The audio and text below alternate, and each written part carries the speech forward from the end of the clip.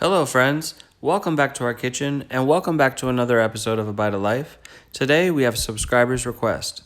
Ashley Mazza messaged me asking if I had a good recipe for steak quesadillas because she wanted to make this for her family for Cinco de Mayo. I said absolutely yes, and also, Kathy and I had the idea to make a whole bunch of extra quesadillas as much as we could manage and afford and pass them out at the hospital to all the frontliners where Kathy works, just as a thank you for all the hard work they do. So let's dive into this.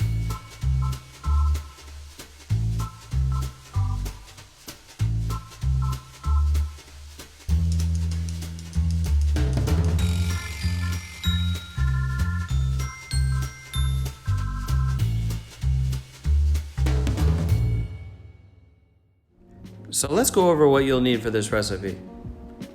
Firstly, you will need some flour tortillas, some steak. We're gonna use sirloin today. This is a big old 2.3 pounder because we wanna yield at least 12 quesadillas. For the pico, you're gonna need 5 good sized tomatoes, 1 big jalapeno, a couple limes, 1 medium sized red onion, and some cilantro. We'll probably use a big handful of that. And since it's a steak quesadilla, gotta have some peppers in there too. We'll saute up a red pepper. For garnish, you'll need sour cream and salsa. And then cheeses, we're gonna use mozzarella and a mild cheddar. Use whatever kind of cheese you'd like. If you know what's better in your quesadilla, then go ahead and use that.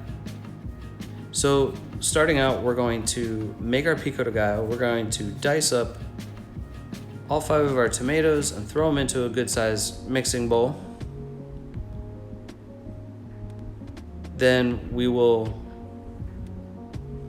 small dice the red onion. Throw that in there. The jalapeno, this is a big jalapeno. You can use 2 small jalapenos or 1 big one. We're gonna cut it kind of fine, like a small dice. And then with your cilantro, just dice it up, throw it in there. Our limes, we'll roll them out. This is 2 limes. We're gonna roll them out real well to get all the juices released. Squeeze them in there. I'm gonna save a little bit for garnish.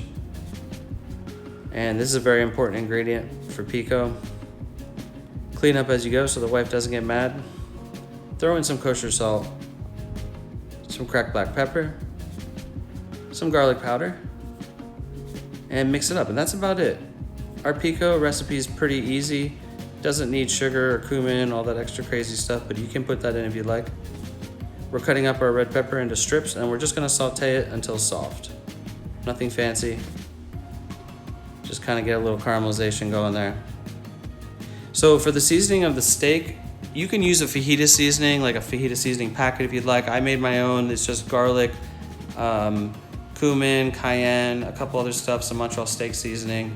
So just coat both sides real well and get the edges also, the fat. You can trim the fat before you cook it or after. I'd rather cook it with the fat because I think it cooks better, but your preference again.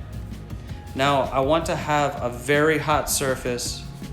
I'm gonna use an indoor griddle and I'm gonna put a weight on it because I want to cook it really fast, a couple minutes on each side. So almost like a Pittsburgh style. And ooh, look how beautiful that is.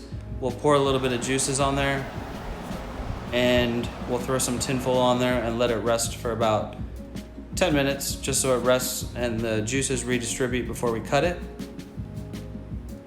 Now I want to cut it into strips and then I'll dice it. So this did, after I cut the fat off, because you really don't want fat from a sirloin, I yielded quite a bit. So on a medium-high skillet, put a little bit of butter and your flour tortilla, cheddar cheese and mozzarella, cheddar across the whole thing, mozzarella across half. Throw your pico on there, throw your sauteed red pepper, your steak, a little more cheese on top. Cheddar, mozzarella. Is there such a thing as too much cheese? I doubt it. Press it until it's nice and crispy. Just let it get nice and golden and crispy. Take your time.